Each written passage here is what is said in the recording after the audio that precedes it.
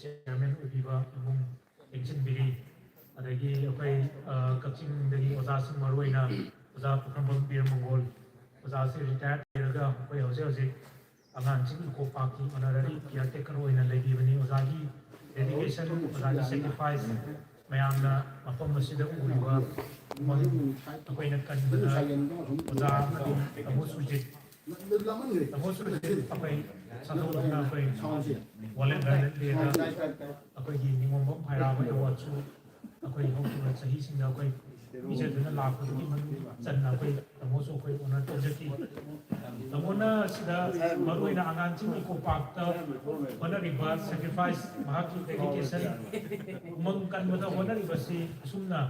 प्रथम अफम क्या तो वना रख लगा मणिपुर दंगा सी climate change की अचोबा साइटिंग में फंगी बसी कोई खरे तो मोरिशु कोई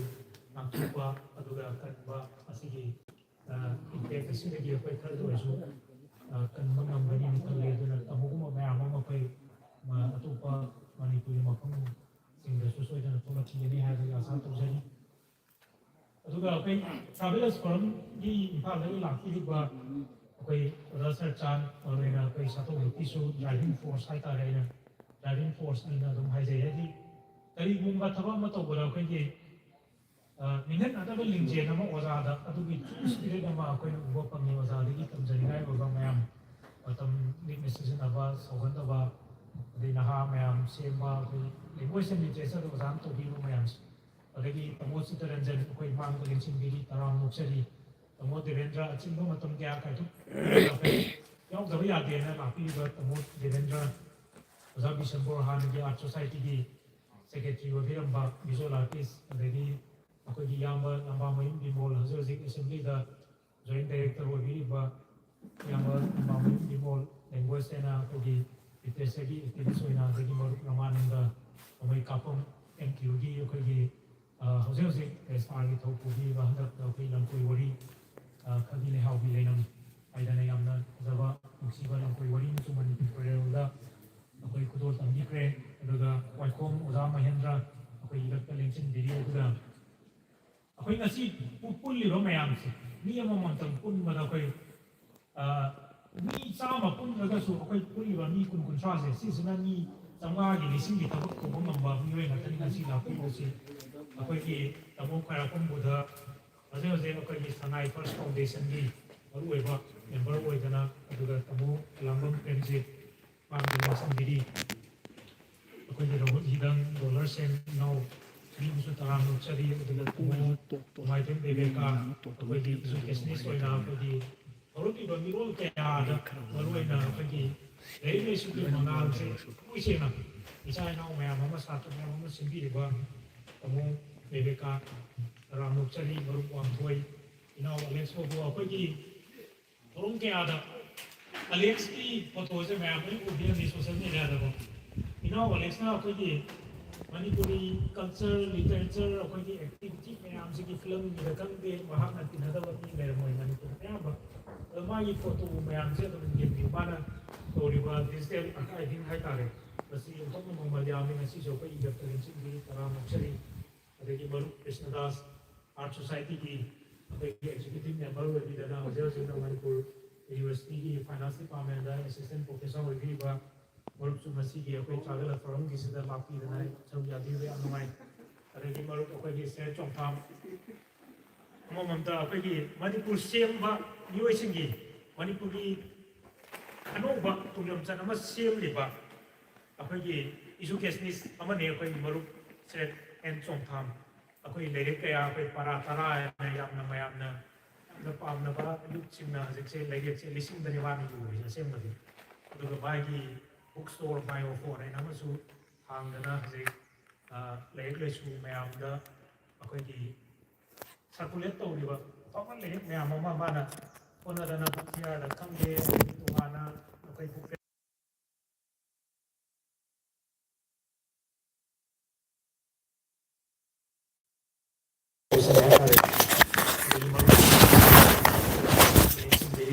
language and cultural activities. अदुगा कच्चिंग माइकल की वजाती की सेकेंड होरेन नो बला को होरेन ताबी अगर कंपी अगनी वजागी वजाद याउल बा कोई की सहित की केनो से कवि ओइबगी मागी इनबोर्न क्वालिटी मसी अंगकपनि होरेन मैम ताबीरगन अदुम मसीगी महाव लौबियु अदुगा अखोइगी मरुप अखोइगी नोंमाइथेम नंदराज यामना चाउथोकचरीदी अखोइगी मणिपुरदा अखोइगी ललित कला अकादमी अवार्ड फंगबसे ओजा तोंबीनी इहान हान फंगे अदुगी मतुंगदा कुइना सही अदुम अन कुइना अखोइगी ललित कला अकादमी अवार्ड से फंगदना लेखी मरमदी ललित कला अकादमी अवार्ड फंगबा हाइसे अराइबा तराइबा थबक नते नेशनल ललित कला अकादमी फंगबा हाइसे अदो नोंमाइथेम नंदराज 2014 दा अखोइ ललित कला अकादमी अवार्ड फंगी स्कल्पचर मागी द ग्रेट डिक्टेटर हाइबो ओरंगनी नकल्ले मागी स्कल्पचर ममिंगसे अदुदु अखोइगी नेशनल लेवल अखोइगी मिनिस्ट्री ऑफ कल्चर मखादा लेबा अखोइगी ललित कला नगा पिरपा हाइसे असली हेना चावो ऑनर से लेटेन कल्ले अदुना अरुप नोंमाइथेम नंदराज लंबीददी लाग लेरेना ताकि तमो सुजना ताराम नोक्सरी अदुगा उत्तम कुमार नावरेम बुसु ताराम नोक्सरी अदुगा तै ओजा बीर मंगोल होय मैम लेंसिन बिदना कक्सिंग मैगेगी ओजा सिंग मैम अमा लेंसिन बिरी मफम मसिदा अखोइना लाक्चरकांदा अखोइगी कक्सिंग जी अखोइ खोरिरोल सुइबो मैम गिदी अखोइगिदी मैम सेकेंड होम का हाइबदो अखोइ हाइजनिंगे मफम मसि अखोइगिदी मफम हानसु सिदा लाक्चरे अखोइगदी तना थानाबा यादबा मरी अमा अखोइ थवाइगा हचांग ओइबदो अदुगा चमानै अदु मफम मसिदा अखोइ लागा स्वाना थोरम अमा सिनजगे ना हाइबदा तमो सुरजिना अमदी आंगानसिंगी मरुइना ओजा बीर मंगोल होय मैमना कोऑपरेशन पीबीबा हाइना लेतना नुगाइजै पुनमकपु ताराम नोक्सरी अदुगा ngasiगी अखोइगी सेशन असिगी मरुइना हिंखिजी अखोइ हाइबसे यामना मतम मसिगा यामना चुनावा अखोइगी कैनो ओइना खले ngasiगी थोरमसे अखोइना सिनलिबा थोरमसे कैनोदा रिलीफ कैम्प दा जिंगमी लिसिंग होमफुमुकी मयादने ngasi displaced तौरगा लेरिबा ma'am IDP internally displaced people लेना आइसे मखोइगी मनाक चटपदा हंदक इम्फाल लिटरेचर फेस्टिवल पांथोकपदा अखोइ मितगी पीतागी बखंगौदे मोइना लेरमिबा फिबम मखोइगी वरी नुंगाइतबा अखोइजु चिंग्या तमयादा लेरमबा तारदी ngasi अखोइजु रिलीफ कैम्प दा ngasi लेबिबा मैम से रिलीफ कैम्प दा सोइना लेरमगनि खले अखोइना चिंग्या तमया पेरिफेरी दा लेरुदबा अदुना अखोइ हारिबा यामना नुंगाइतबा दसासी अखोइमदा तादबगी वानी अदुबो अखोइगी थमोइददी चमानना अदुगी नुंगाइतबदु फावी अखोइ इम्फाल लिटरेचर फेस्टिवल पांथोकपदा अखोइना लोकताक माइगैदा चटपनिना अखोइना लोकताक माइगैदा लेबा अखोइगी थांगा तुंग्रम लेकाय मरांगतेम लेकायदा लेबा रिलीफ कैम्पदा अखोइ चंगजरुई अंगम्बा मैम मापालमदगी लागलिबा अखोइगी मरुइना त्रिपुरादगी लागपा ओजा बीर मंगोल होय अदगी अतै ओजासिंग मोगी त्रिपुरागी थिएटरगी करिगी अफावबा ओजासिंग लापिरमी मखोइनसु अखोइगी अंगम्बा मतेंग तौबिरमी हाइतारे रिलीफ कैम्पदा लेबा मैमदुदा अखोइना सेलगी मतेंग ओइना लुपा 13 मुकुदाइना अखोइ डोनेट तौरगा पिजरमी अदु अखोइ पैसा पिरमी अदु तौबिना अखोइ कनामता कैमता हाइदे कैनोदा थमोइगी ओइबा मरीनी मदुदि अखोइगी सोलिडरिटी उटपा हाइतारेने अखोइगी माइकैदगी नोइगिदमा अखोइसु लेइदि हाइबदो अदुगी कैनोदुदने ngasi हिंखिजी अखोइना हाइबसिदा अदु हाइबेट रिकॉल तौरगा निंसिंजरगा थमजबनी अदो अखोइगी खोंगचती मसिना लोइबा नते ngasi anganching iko pakta हिंखिसी अखोइ हाइबा अखोइगी बैनर मखासदा लाक्सरी बसे अखोइ मफम मसिदा पिकनिक चाक चानाबा नुंगाइ थोकपा अदु मै वरि नते लेबाकी ओइबा अचोबा इशुमा मांगदा मायोक नरिबसे अखोइ कमाइना थ्रू लिटरेचर अदुगा अखोइगी थ्रू आर्ट हाइतारे मरुइना अखोइगी विजुअल आर्टिस्ट मैम सु यौबिरी ओजा सिंग ओजा नमुंग बुद्धिमंत अदे कृष्णदास अदे ओजा बिशंबोर अदगी आई सामक्सु लाइ पामजबनिना अखोइगी पेंटिंग सिंगदा अखोइना कमाइना सिगी पीस रेस्टोर तौनबा मेसेज सि कमाइन कन्वे तौजिगे अदुगा अखोइगी साइरेंगदा अखोइगी वरिंगदा वरि मचादा कमाइना इरगदी अखोइ पीस रेस्टोर तौबा शांति हंजनबदा मतिंग ओइगनी हाइबना सिंगबा अदुगी वखलोंदा मफम असिदा लाक्सबनी अदुना ngasiगी अहानबा चक्चमांगी सेशन असिदा अखोइना ट्रैवलर्स फॉरम मणिपुर की अखोइगी चेयरमैन ओइबेबा इकाइ खुनाजरिबा यामुंग RK Buddhimanta eminent visual artist ना ngasiगी अखोइगी अहानबा सेशन असिगी अखोइगी शेयर लौबिनबा यामुंगबु नौलुंगना कोक्सिनजै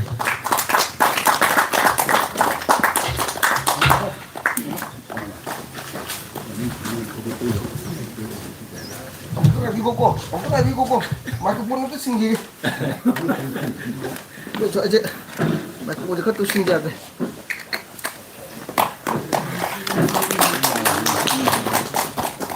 Cái gì cô? Trong kia, có ăn gì khá là ngon đấy. Ai đi thì ai đi luôn.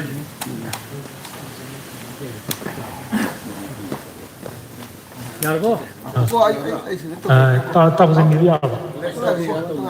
Si, sing lebih keras. Ada itu penjelo ada itu. Ya, si Sapura.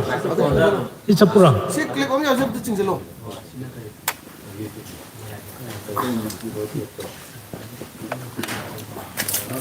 Lihat kan.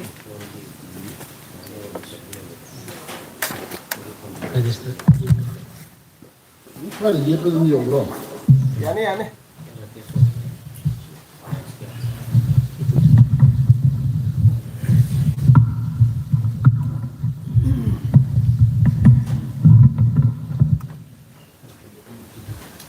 Hajar ke quay hajar ke macam aku.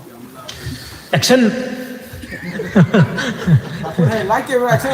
그래서 녹색 거의 란 만웅이나 거의 세레소 만나나 sakse am tuna hanu isi leba na. 그래서 졸리와 녹 보고 그래서 then second session budi am ngai ni karaoke de isai sakadawa list ma hauji matang pisalla ne na. Ya nih. Akoi ngahak amung nokpa ngahak amung kappa awan ngai punsi khongsa dai besi akoi lain sum tawraga akoi se noma lakhi bani aduna noma muk han khiduini noma soidana haitare aduga taibang pal sida akoina uri upal leiriba jingman si mayam je akoi mioi bana he khalle akoi se nature da leitabadungi he khalle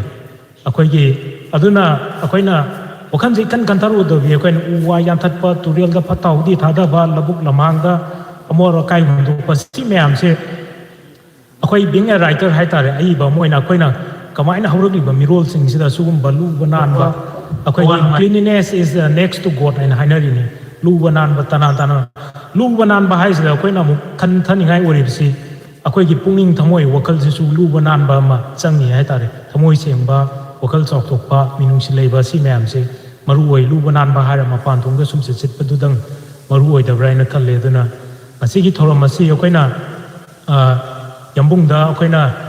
maruina lengyan se yam jagi mamang sida akoina khwaidagi maru ori bise sana khongnang da akoina miyoi base dasa pang dragadi akoi gi sana khongnang da ura usin to boina akoi chanabi phasabam lei akoi culture da tradition da haitare sana khongnang sida akoina phiral ama phi ama yelaga akoi gi awa ana mayam se urel upal sida akoina sinabagi phasaba tradition ama lei adudo ai dum matang hajarake adu akoi yambungda akoi gi marup nongmai kapam ramanandana lengyana ma kudol tambirba matungda akoina sana khongnangda akoi lai sing hairaga akoi sana khongnang dungi akoi gi uzau urel oidana tala pamel nachumbo oidana akoi gi afaba male mamu oibagi asa adugi symbolic oiba satamama akoi yambungna akoi sana khonang sida sing hairaga thoromasi hugungna boy tolukser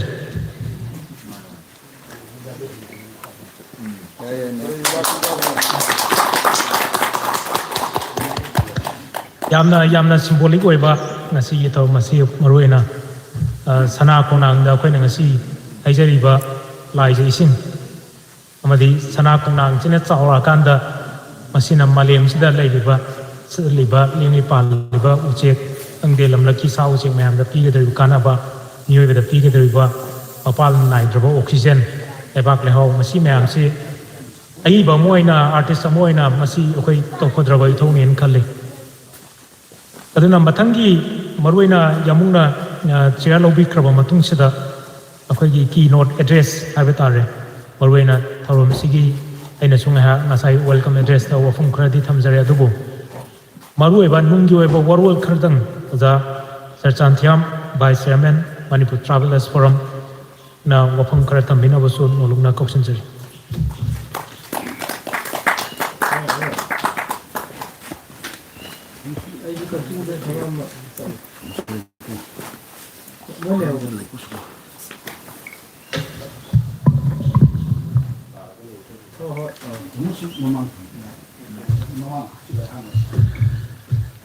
अनौब चहीबू तारामना ओक्चबक लोइनना travellers forum Manipur सिंधुना हिंखिरी ऐखोई हाइबा थौरमसी RKCS art gallery दगी लब्थारकलगा मफम असिदा ऐखोई आंगानसिंग इको पार्क सिदा ऐखोई थुंगलबनी सिगुम्बा थौरमसिदा सरुक याबीरीबा पुनमक अहानबा मक्तदा तरामना ओक्चरी अमसुंग नुंगाइबदु फोंदोक्चरी ऐखोई लू नानबा लू हाइबसी ऐखोगी कोक्सिनी अदुना ऐखोगी लू सिदा यावरीबसी मिट यावरे सम यावरे ना यावरे सिन यावरे नातोन यावरे नाया लोय यावरी लू नानबा लू से आई कोक से सी नान बसिने लू नान बाइबसे अदुना ऐखोई बतम पुनमक्ता यामना पॉजिटिव ओइ वखल खनबगा लोइनना ऐखोइदा लू नानबगी अहलमसिदा लू से सी कोक से ना लगदी अमोर काई लेरोय वखल अफबा खलकनी अदुना ऐखोई अहलमसिंगसिना लू नानबा लू से कोक से सिबु नाली जैदे ऐखोइदा अफबा यामना पॉजिटिव लाकनी अदुननी कोई अहलमसिन याम फजबा वही मयाम थंबिरमीसे अदुना ऐखोई मयेक्तसु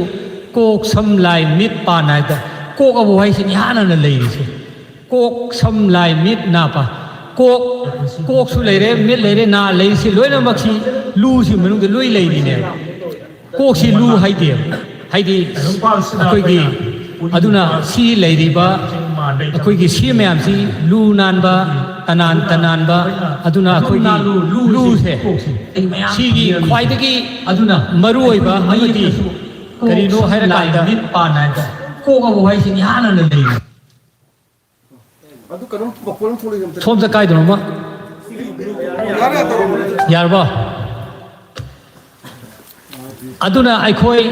इपा इपु सिंगसिना अहलमन सिंगसिना लू नानबा सी ख्वाइदगी मरु ओइबनी हाइना थममे मथंगदा हक्चांग साजेल ऐखोई लोइनमक हक्चांग साजेल तवी हक्चांग साजेल से हक्सेल ख्वाइ मरु से हक्सेल हकैदि हक्चांग सी सेने सेनबा आई हक्चांग से कदाइदा करी सोइगिनी नादे येक्तनबा अखोई मतम पुनबदा अयुक्ता साजेन तोरबे चेलिबा सोमिबा अदगी हक्चांग फनो होने मैम सी हक्चांग से सेनजबदुने अइना आई हक्चांग से सेनद्र मतमदा आई हक्चांग से कंडेम ओइरकने अदुना अदोम थोरियो गाड़ी मैमसु थाव हप्त्रबा मागी दरकार मैम पीद मतमदा गाड़ी दो कंडेम ओइरकने सिजनबा यारोय अदुना हक्सेल लाइसे इपाई पुना हक्सेल आई हक्चांग से सेनरगा लैबदुने सिउ फजना सेनर लै मतमदा ऐखोई मी ओइगनी पॉजिटिव वाखल अफबा वाखन खलकनी अदुना लू नानबा हक्चांग साजेल से फजन तब मतमदा साजेल लैसे सादी हक्चांग से जेली सेनबा हाइबनेको हक्चांग साजेल हक्चांग दु लैजरे साजेल सादी हक्चांग सी सेनबदुनी अदुना ऐखोई पुनमकना सी पुनमक्सी ऐखोईगी इपा इपुसिंग थंबिरिबा कांगलोन मैम सी निथीना चटपदुनी अदुना ngasi saruk yabiri lakpiri ma'am सी तोंगा सिंफमदा अईबगी लमदा लायपगी लमदा इसाईगी लमदा राजनीति लमदा राजनीति मीन्स पॉलिटिक्स ते यावबदु नते अखोईगी पॉलिटिकल कंसेंस से अखोईदि लेतबसु यादे मरमदे अखोईसी डेमोक्रेसी सपलेबा अमनिना अखोईगी राइट्स याम लेयबा अदुना डेमोक्रेसी सत्रिगे मतमददी अखोईगी राइट्स लेमद्रगसु हुजिक्ति मी खुदिमक्से अखोई सिगी राइट्स यामना लई अदुना सी लाकपा मरमना ngasi अखोई लोइनमक पुल्ले उनरे नुंगाइरे ख्वाइदगी अमुक आंगानसिंग मफम असी लाकानसिदा अखोइना कक्सिंग माइ लाकदे ख्वाइ चौथोकचब नुंगाइजबा अमना अखोइगी एकाडेमी अहुमखक दिल्ली दे लई अमना संगीनाते एकाडेमी अमना साहित्य एकाडेमी अमना ललित कला एकाडेमी ललित कला एकाडेमी सिना लायकपगे मरी लेनबा विजुअल मरी लेनबसिंग संगीनाते एकाडेमी सिना कल्चर मरी लेनबसिंग साहित्य एकाडेमी से साहित्य मरी लेनबसिंग अदुदा अखोइना ꯌꯥꯝꯅ ꯆꯥꯎꯊꯣꯛꯆꯅꯤꯡꯉꯥꯏ ꯑꯣꯏꯔꯤꯕꯗꯤ ꯀꯔꯤꯅꯣ ꯍꯥꯏꯔꯀꯥꯟꯗ ꯂꯂꯤꯠ ꯀꯂꯥ ꯑꯦꯀꯥꯗꯃꯤ ꯑꯦꯋꯥꯔꯗ ꯐꯪꯕꯁꯤ ꯅꯦꯁꯅꯦꯜ ꯂꯦꯚꯦꯜꯗ ꯑꯆꯧꯕ ꯀꯝꯄꯤꯇꯤꯁꯟ ꯑꯃꯅꯦꯕ ꯁꯥꯍꯤꯇ꯭ꯌ ꯑꯦꯀꯥꯗꯃꯤ ꯑꯦꯋꯥꯔꯗꯇꯤ ꯔꯤꯀꯣꯒꯅꯥꯏꯖ ꯇꯧꯔꯕ ꯂꯣꯟ 24ꯁꯤꯒꯤ ꯃꯅꯨꯡꯗ ꯂꯣꯟ ꯑꯃꯃꯝꯒꯤ ꯑꯃꯃꯝ ꯄꯤꯒꯗꯣꯏꯅꯦꯕ ꯂꯣꯟ ꯑꯃꯒꯤ ꯀꯝꯄꯤꯇꯤꯁꯟ ꯅꯠꯇꯦꯕ aduna manipuri lon gi ama bengali maithili kashmiri swaina recognize toraba lon kunga mari bimunda amamam khalaga punna academy award kunga mari saiyuningi pi bane lalit kala academy si oja tombi na phangana matungda national level asoba competition tawra matungda kuina lera kandane ba akoi gi nandaraj lakhri se adugi matungda premchandra hairi animba coaching mai kai dagi ne aduna manipur gi Kaksing district sidagi ani sina lele kala academy phangse khoi yamna chauthok sei aduna hairi basi asauba national level na pangthokba competition amne aina daina thamjaning bani sumaina lakpa aikhoi gi leiriba khongchasi aikhoi ngasidi samaj asi khunai asi furup asi aikhoi ayamba matamda haujiki mirol sina aikhoi si ningba kairaba asa leitraba khara leiraga aikhoi si mut khragani haina singnabagi wafam ama aikhoi yam toina phongdok aikhoi yam toina tare aikhoi si ipai pu haktaktagi yamna thauna fana lakhiba dumba nation ama oibagi sapchaba matik magul leijaba national character amagi sapchaba magul leijaba dumba lamdam amane ngasi hojiki mirol sida aikhoi si kuiraroi aikhoi si lekha tarabani haina aikhoi na hanjal hai matamda haurak liba mirol sina kari no ne hai kan sida makhoi da demoralize toba makhoi da wakal pithan ba wakal handana khanda budun maram lorega aikhoi da leramba khut wana thanga tobam do sira male na swana khut thangda khi matamda di aikhoi si adum nongmagi sira darane na angang singda singnaba polane adunani aikoina tangai fadana hingkhiri aikoi haiba wakhalo las akoi mya mafam se laktana kaksingi maya khoi ngasi punjeri se aikoi hingine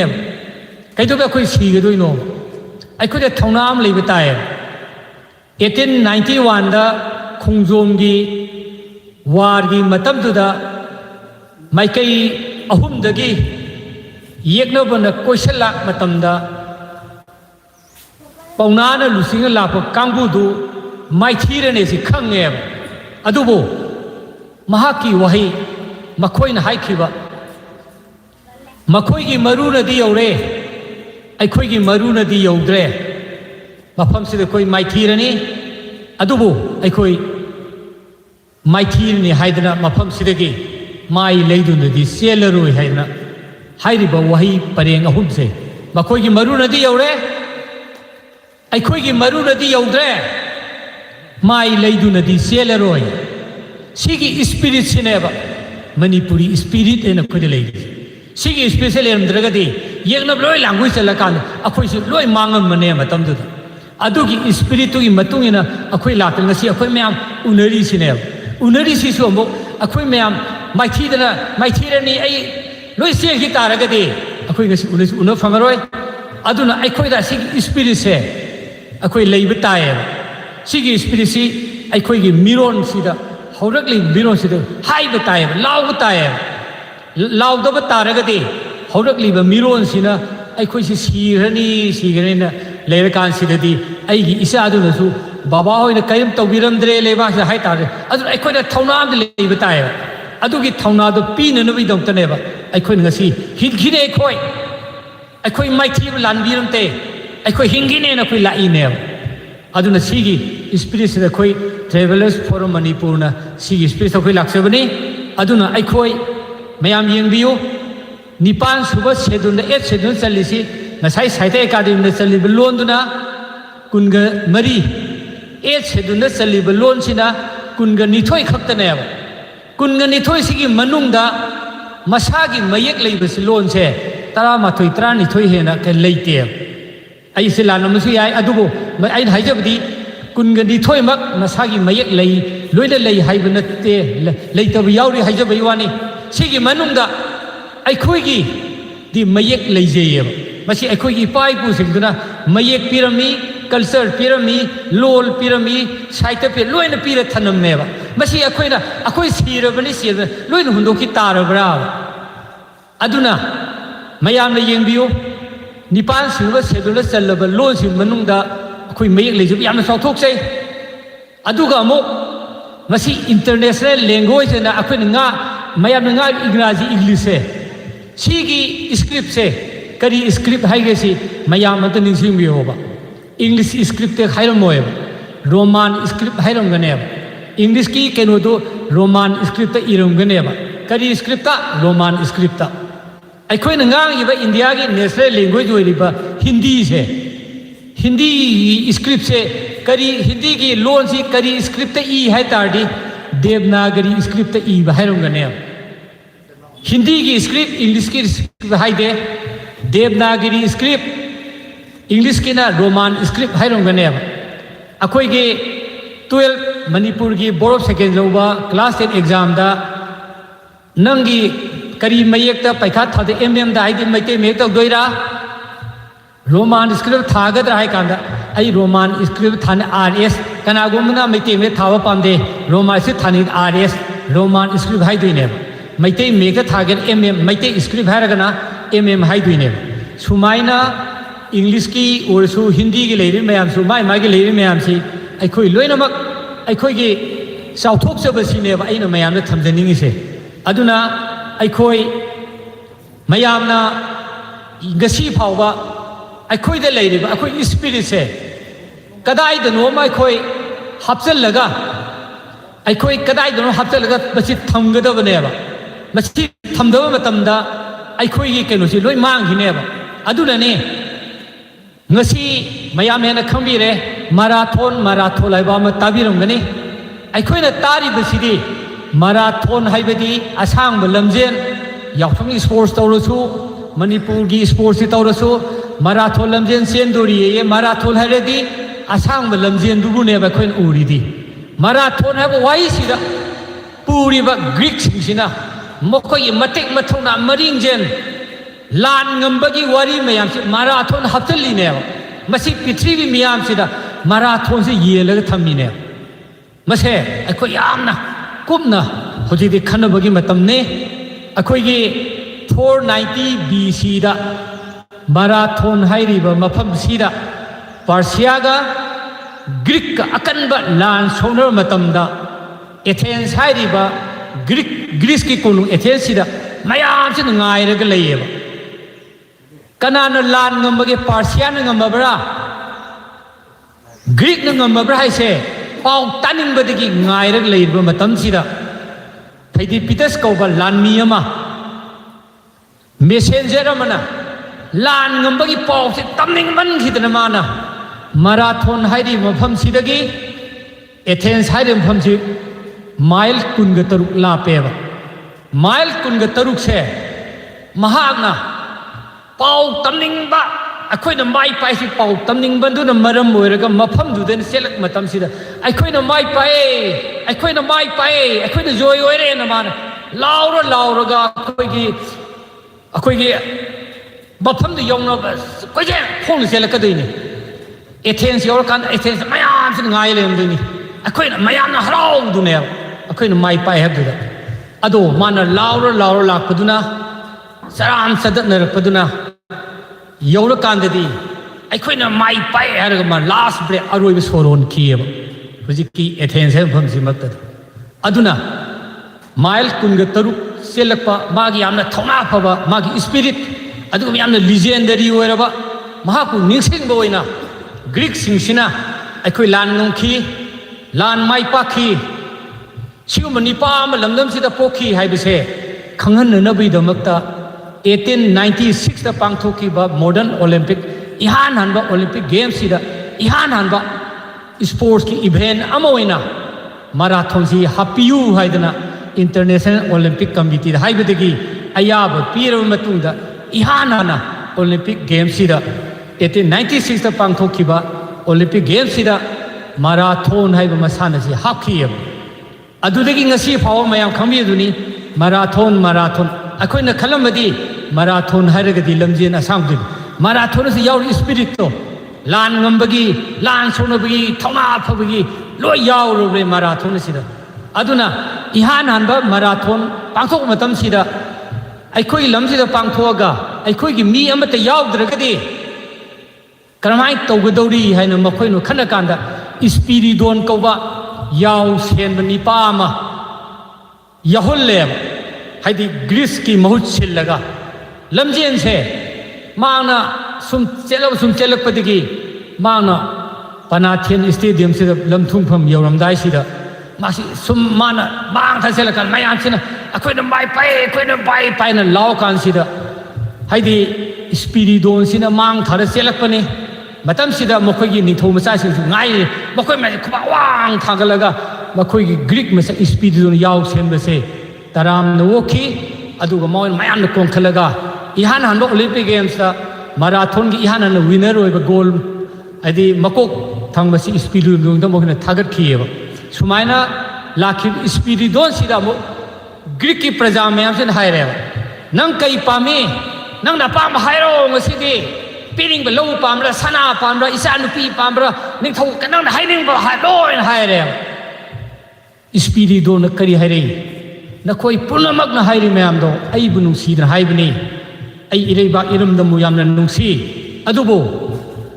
I नखोइना हायरि ma'am दा आई अमाता पामदे अइंगोंदा सगोन गाड़ी अमखक्तंग PU आई Athens HYBE फमसे थकनब इसिंग से मरांग कायन फंगदे थक इसिंग यामो याम वारे आई अयुकी नुबिदांगी इसिंग होलगा मखोइ इसिंग पिथके हायदगा मंगोन सगोन गाड़ी अनि P सगोन गाड़ी पीरे सगोन गाय मा नुंतीगी होलगा इसिंग तांगफम मा इसिंग पिथगा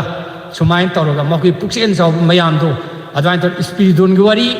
मैराथन फेस्टिवल्स की वारी सी मैम सिना मरैबाक मरमद नुसीब स्पिरिट मैम दो नसी फाव चेलग लेरी हैबसी आई नसी मैम थमजबनी अदुना सिगुम मैम से अखोई काव यादे निंगसिंगदबनी अदुना अखोई गसी 2023 की मे अहुमद थोखिबि इरांगसिना अखोई आशा लेत्रे माइथीरे अखोई ही लिंजे मानदरे पुंद्रे तीनदरे ना अखोई मसे अमग वंजना पुंद्रे नोय मसे पुलो केदा अखोई मसे हाइरि बाइसु अदे हाइरि महाक्सु नोय पुंद्रे लाउरि बाज पुंब के दोगे अखोई मसे लाउना सुम लाउना लेइ मोता पुंझल कई तोब यागदगे हाइबदो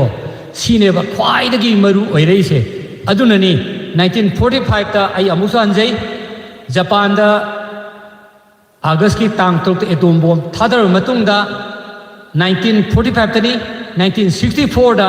इंटरनेशनल ओलंपिक कमिटी ना ओलंपिक की गेम्स नखोइदा पांगथोक तबि यादे हायरकान सिना बखोइना यामना चावना हिरोशिमा दा नागासाकी दा बॉम्ब थाद उटवलबा जापान है लेबाक सिदा करमाइना अखोइदा निंगनबि आशा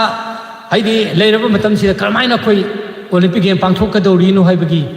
मरतुदनेबा जापान की नेशनल ओलंपिक कमिटी ना तौदब यार कोई पांथोकने पांथोक अदवाइन तौरगा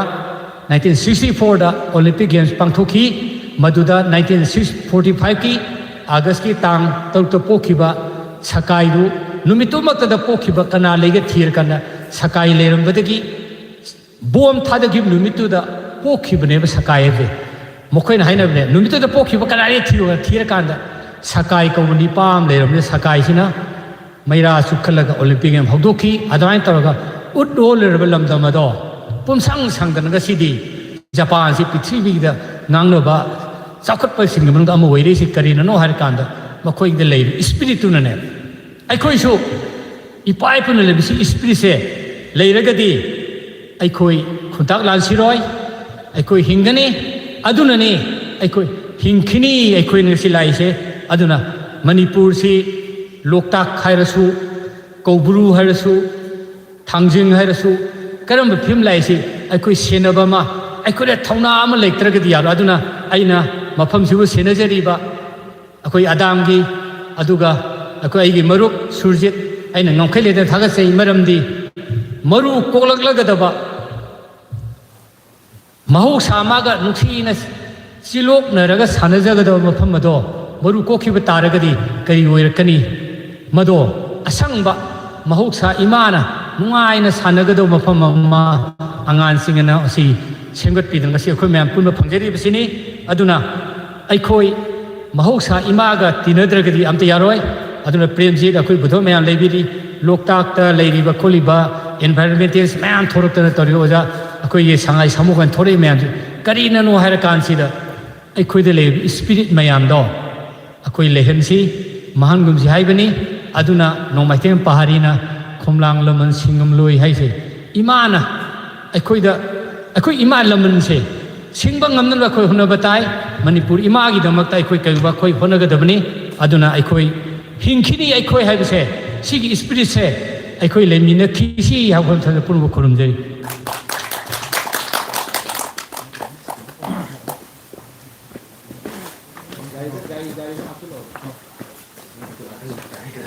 ꯌꯥꯝꯅ ꯅꯨꯡꯉꯥꯏꯕ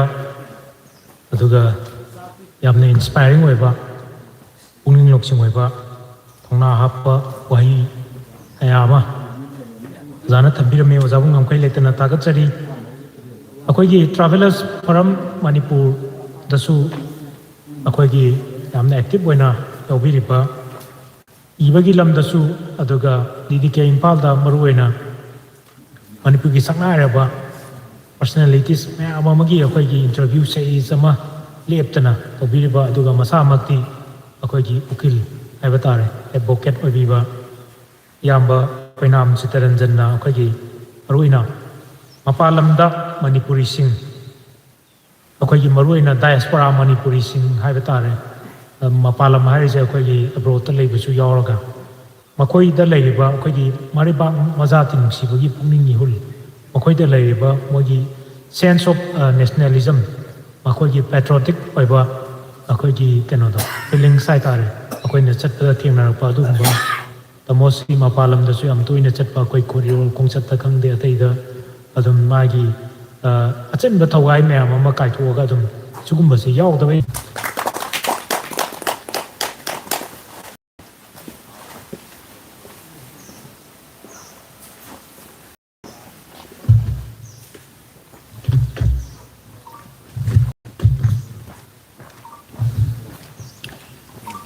ꯗꯥꯏꯁꯇ ꯂꯦꯡꯁꯤꯟꯕꯤꯔꯤꯕ ꯌꯥꯝꯕꯨꯡ ꯑꯃꯗꯤ ꯃꯈꯥꯗ ꯗꯥꯏꯁꯀꯤ ꯃꯈꯥꯗ ꯂꯩꯕꯤꯔꯤꯕ ꯄꯨꯝꯅꯃꯛ ꯁꯨꯞꯆꯟꯅ ꯑꯩꯅ ꯈꯨꯔꯨꯝꯖꯔꯤ ꯏꯀꯥꯏ ꯈꯨꯝꯅꯕ ꯎꯠꯆꯔꯤ ꯑꯩ ꯉꯁꯤꯁꯦ ꯇꯣꯄꯤꯛꯁꯤ ꯄꯥꯏꯖꯗ꯭ꯔꯤꯉꯩ ꯃꯃꯥꯡꯗ ꯑꯩ ꯉꯁꯤꯁꯤ ꯌꯥꯝꯅ ꯅꯨꯡꯁꯤꯕ ꯌꯥꯝꯅ ꯀꯩꯅꯣ ꯇꯧꯕ ꯄꯣꯠꯁꯛ ꯑꯃꯈꯛ ꯅꯤꯡꯁꯤꯡ ꯍꯥꯟꯅ ꯑꯩ ꯄꯟꯖꯍꯧꯈꯤꯒꯦ ꯉꯁꯤ ꯅꯣꯡ ꯉꯥꯜꯂꯛꯄ ꯃꯇꯝꯗ ꯑꯩꯈꯣꯏꯒꯤ ꯂꯩꯆꯤꯟꯒ ꯊꯥꯔꯗꯅ ꯅꯣꯡꯒ ꯇꯥꯗꯣꯛ ꯇꯧꯔꯝꯃꯤ ꯑꯩꯈꯣꯏꯅ 1980ꯁꯀꯤ ꯑꯗꯨꯋꯥꯏꯗ ꯑꯩꯈꯣꯏ ꯃꯦꯇ꯭ꯔꯤꯛ ꯊꯥꯖꯔꯛꯄꯅꯤ ꯃꯇꯝꯗꯨꯗ ꯔꯥꯖꯀꯨꯃꯥꯔ ꯁꯨꯔꯦꯟꯗ꯭ꯔꯖꯤꯠꯅ ꯏꯕ ꯋꯥꯛꯆꯤꯡꯒꯤ ꯅꯣꯡ ꯍꯥꯏꯕ ꯋꯥꯔꯦꯡ ꯑꯃꯈꯛ ꯂꯩꯕꯅꯤ ꯋꯥꯔꯦꯡꯗꯨꯗ ꯌꯥꯎꯕꯅꯤ ꯋꯥꯛꯆꯤꯡꯒꯤ ꯅꯣꯡ ꯇꯥꯗ꯭ꯔꯕ ꯂꯝꯗꯨ ꯂꯩꯍꯩꯗ꯭ꯔꯕꯅꯤ ꯑꯗ ꯑꯩꯅ ꯈꯜꯂꯦ ꯉꯁꯤꯁꯦ ꯋꯥꯛꯆꯤꯡꯒꯤ ꯀꯨꯂꯨꯝꯗꯣꯏꯅꯤ ꯄꯥꯟꯕꯅꯤ ꯊꯥ ꯁꯤꯒꯗꯕ ꯅꯨꯃꯤꯠ 9 ꯈꯛꯇ ꯉꯥꯏꯔꯦ ꯍꯧꯖꯤꯛꯐꯥꯎ ꯅꯣꯡ ꯇꯥꯗ꯭ꯔꯤꯁꯤꯕꯨ ꯑꯩꯈꯣꯏꯁꯤꯕꯨ ꯋꯥꯗꯅ ꯑꯗꯨꯝ ꯂꯩꯗꯣꯏꯖꯥꯔꯦ ꯉꯁꯤꯗꯤ ꯅꯣꯡ ꯑꯩꯅ ꯈꯜꯂꯦ ꯅꯣꯡꯒ ꯇꯥꯗꯅ ꯑꯩꯈꯣꯏꯁꯤ ꯈꯣꯡꯀꯥꯁꯤ ꯂꯩꯈꯣꯡ ꯄꯨꯊꯣꯛꯑꯗꯤ ꯌꯥꯝ ꯅꯨꯡꯉꯥꯏꯅꯦꯅ ꯑꯗꯨ ꯅꯣꯡꯗꯨꯃꯛꯇꯤ ꯑꯗꯨꯝ ꯇꯥꯕꯤꯈꯤꯗ꯭ꯔꯦ ꯑꯗꯨꯕꯨ ꯑꯩꯅ ꯍꯥꯏꯖꯅꯤꯡꯕꯗꯤ ꯃꯍꯧꯁꯥꯒꯤ ꯀꯨꯝꯑꯣꯟꯗꯤ ꯑꯗꯨꯝ ꯀꯥꯏꯗꯅ ꯂꯥꯛꯏ ꯋꯥꯛꯆꯤꯡ ꯅꯣꯡꯁꯨ ꯑꯗꯨꯝ ꯇꯥꯕ ꯑꯣꯏꯁꯅꯨ ꯑꯗꯨꯒ ꯑꯩꯈꯣꯏꯒꯤ ꯍꯧꯖꯤꯛ ꯊꯣꯛꯏꯕ ꯃꯌꯥꯝꯁꯤꯒꯤꯁꯨ ꯂꯣꯏꯁꯤꯟꯕ ꯑꯃ ꯅꯥꯏꯔꯛꯄꯁꯨ ꯑꯣꯏꯁꯅꯨ ꯃꯁꯤꯒꯤ ꯃꯔꯛꯁꯤꯗ ꯑꯩꯅ ꯑꯩꯈꯣꯏꯒꯤ ꯁꯤꯒꯤ ꯏꯀꯣꯆꯤꯡ ꯑꯩꯈꯣꯏ ꯏꯀꯣ ꯄꯥꯔꯛꯀꯤ ꯀꯩꯅꯣꯒꯨꯝꯕ ꯑꯩꯈꯣꯏ ꯕ꯭ꯔꯗꯔ ꯁꯨꯔꯖꯤꯠꯇ ꯑꯩꯅ ꯋꯥꯐꯝ ꯑꯃꯈꯛꯇꯪꯒ ꯑꯩꯅ ꯋꯥꯐꯝ ꯑꯃꯇꯪꯒ ꯐꯦꯟꯖꯤꯟꯖꯍꯧꯒꯦ ꯑꯩ ꯕ꯭ꯔꯗꯔ ꯁꯨꯔꯖꯤꯠꯅ ꯏꯀꯣ ꯄꯥꯔꯛꯁꯤ ꯁꯦꯝꯕꯤꯕ ꯃꯇꯝꯁꯤꯗꯩꯁꯤꯗ ꯁꯤꯒꯤ ꯏꯀꯣ ꯄꯥꯔꯛꯁꯤ ꯑꯣꯏꯖꯔꯣꯏꯅ ꯄꯤꯊꯣꯛꯄꯗꯤ ꯑꯣꯏꯔꯝꯃꯣꯏ ꯐꯣꯔꯦꯁꯀ ꯂꯥꯟ ꯊꯦꯡꯅꯕꯤꯔꯝꯒꯅꯤ ꯑꯗꯒꯤ ꯈꯨꯟꯖꯥꯁꯤꯡꯒ ꯁꯤꯡ ꯀꯛꯐꯝꯗꯨ ꯅꯪꯅ ꯅꯊꯧ ꯂꯩꯇꯅ ꯁꯤꯡ ꯁꯦꯝꯃꯝꯃꯦꯅ ꯂꯥꯟꯊꯦꯡꯅꯕ ꯃꯌꯥꯝ ꯑꯃ ꯊꯦꯡꯅꯕꯤꯔꯝꯒꯅꯤ ꯄꯨꯝꯅꯃꯛꯇꯨ ꯂꯥꯟꯊꯣꯛꯑꯕ ꯃꯇꯨꯡꯗ ꯉꯁꯤꯒꯤ ꯑꯁꯪꯕꯅ ꯊꯜꯂꯕ ꯆꯤꯡꯃꯥꯏꯁꯦ ꯃꯌꯥꯝ ꯀꯣꯏꯔꯛꯄ ꯌꯥꯅꯕ ꯁꯦꯝꯒꯠꯂꯝꯒꯅꯤ ꯑꯁꯨꯃꯥꯏꯅ ꯇꯧꯗꯅ ꯑꯁꯣꯝꯒꯤ ꯁ꯭ꯄꯤꯔꯤꯠꯇꯨꯕꯨ ꯑꯩꯅ ꯊꯥꯒꯠꯆꯩ ꯍꯥꯏꯔꯤꯕ ꯆꯦꯜꯂꯤꯕꯁꯤ ꯑꯩꯈꯣꯏ ꯃꯌꯥꯝꯗꯁꯨ ꯆꯦꯟꯕ ꯑꯣꯏꯁꯅꯨ ꯑꯗꯨꯕꯨ ꯑꯩꯅ ꯍꯤꯡꯈꯤꯅꯤ ꯑꯩꯈꯣꯏ ꯍꯥꯏꯅ ꯂꯥꯛꯆꯔꯤꯕ ꯑꯩꯈꯣꯏꯅ ꯕ꯭ꯔꯗꯔꯗ ꯑꯃꯨꯛꯀ ꯍꯪꯖꯅꯤꯡꯕ ꯋꯥꯍꯪ ꯑꯃꯒ ꯂꯩꯖꯩ